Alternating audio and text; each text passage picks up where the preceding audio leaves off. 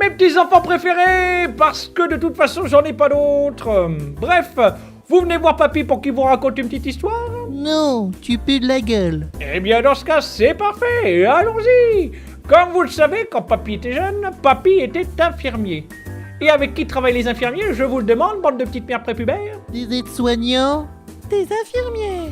Mais bordel, ce que vous êtes cons tous les deux, vous allez finir cassos, à vivre des allocations après avoir pondu 15 chiards, c'est évident. Oh, bref, les infirmiers travaillent avec les médecins. Et je peux vous garantir que papy a connu des médecins qui étaient plus horribles encore quand il s'agissait de se foutre de la gueule des patients.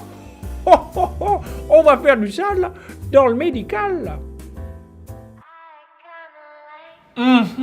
Alors comme ça, vous me dites que vous êtes allé voir sur Doctissimo et que vous avez vu que les maux de tête que vous avez sont dus à la puce 5G qu'il y a dans les vaccins. Eh bien voilà qui me semble résolu. Pourquoi venir voir un médecin? Ah bah oui, à la base je devais vous faire un électroencéphalogramme, mais je ne vois plus l'intérêt à présent. Il est clair qu'il n'y a pas de cerveau dans votre boîte crânienne. De ce fait, ça serait une perte de temps.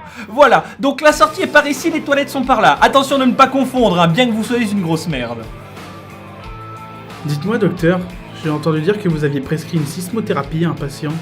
Eh oui, au vu de sa pathologie, il m'est clairement apparu qu'il nécessitait cette thérapie. Et alors du coup, qu'est-ce qu'il a? Trouble bipolaire? Non. Dépression majeure?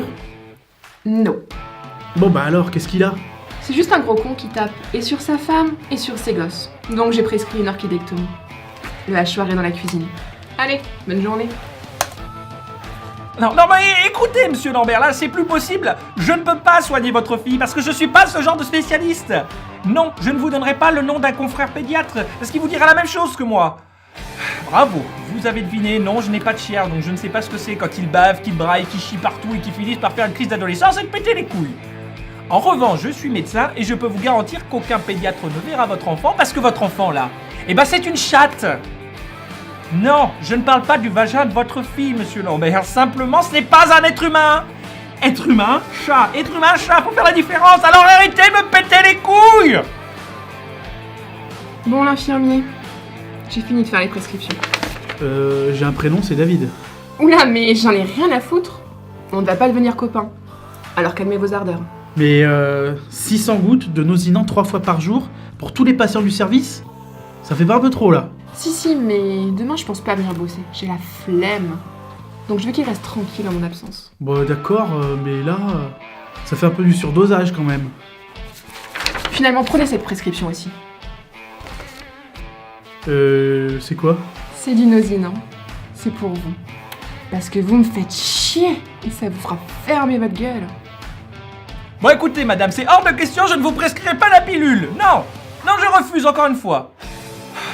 Oui, vous pouvez contacter la Ligue LGBTQ si vous voulez. Leur dire que je suis homophobe, ça changera rien, j'ai beau vous l'expliquer, vous pouvez pas tomber enceinte.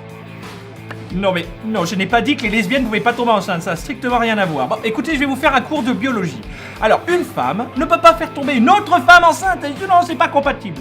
Oui, même si elle lui donne des orgasmes avec un sextoys. Oh mon Dieu.